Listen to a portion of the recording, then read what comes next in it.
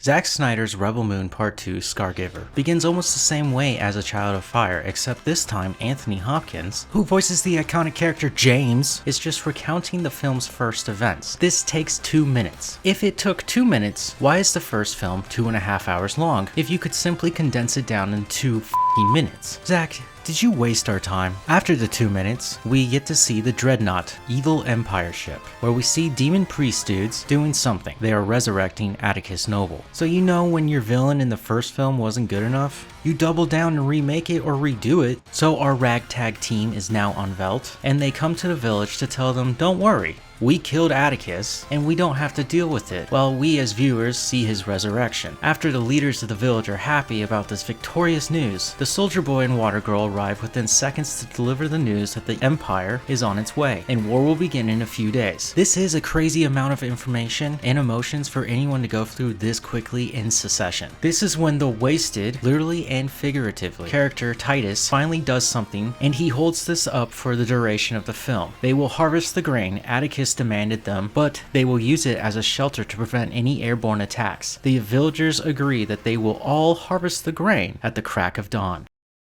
There, on the remote outer rim agricultural moon Velt, an entire village united to gather at the crack of dawn to harvest their grains as quickly as possible. For this laborious chore would not be enjoyable or even magical, but here on Velt, it's hot, it's sexy, it's a lens flare spectacular. This boy, once a soldier, now a betrayer, has decided to take his shirt off for no reason but to show off those shoulders. The leader of the group, once a great general, now a traitor, has learned the value of having a weed whacker at a moment like this because technology is actually useful. And lastly, here, this woman, once a high-ranking officer, now a Wait, is this whole village a refugee camp?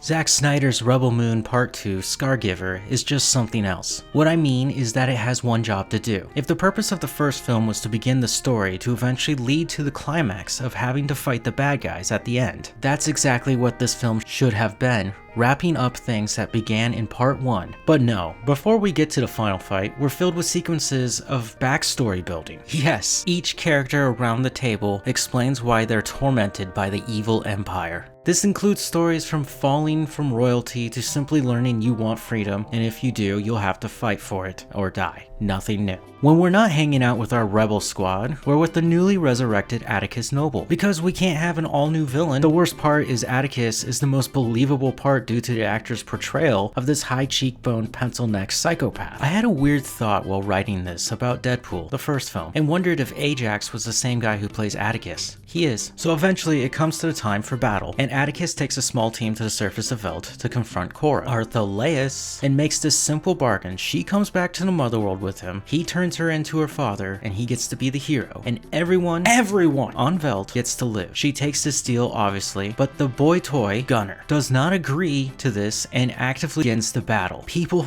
die. Nemesis has a cool scene that helps the character. Village Hunk, not that hunk, he would have slaughtered, has a cool fight with Atticus. Titus and Tarak have some sick battle poses and yelling matches with each other. Cora and Gunner leave the battlefield to fight Atticus on his dreadnought, and the new girl Sam decides to stupidly launch a RPG point blank at an airship, which would have killed her, but doesn't. And lastly, James finally shows up to the fight, and we have a very predictable Deus Ex Machina moment where he just uses all the CGI pixels to prove he's still cooler than any other hero and villains in these films. There are many things I left out because ultimately in the end, this film is terrible. I was harsh on the first one, but after I finished the project of reviewing it, I looked back at it with fondness, while this sequel was all over the place. We even see the assassination of the king, but it's too much information to place in just one film. The battle we all wanted and waited for takes a little more than an hour, and the nonsense that happens between Cora and Atticus on the dreadnought is almost criminal. The editing is piss poor, and the lens, oh, that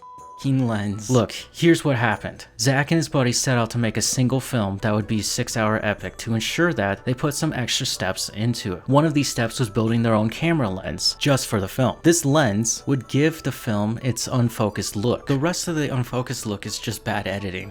Back to editing, on the other hand, it must have been a nightmare. The dude was told one big movie, and then Netflix goes, how about 2 shorter films? And then Zach goes, how about 4 movies? 2 PG-13 and 2 rated R. I feel so bad for the editor knowing he had to make 4 cuts of this. I hope he got paid well. And the 4 cuts are gonna be very different than each other because of the violence, which the PG-13 ones actively try to cut out. Look at this clip.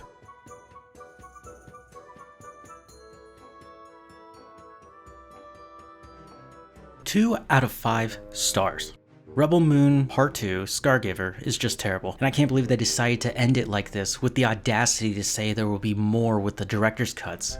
And Zach and his writers are talking about making 4 more films after this, for a total of 6 films in the series, not including the director's cut. I hate to say this, but I see exactly why Kathleen Kennedy passed on this one. It's not good, it's not fun, there's no redemption, there's no excitement by the conclusion to warrant any other sequel or spinoff. It's just something better left in deep space, beyond the Outer Rim.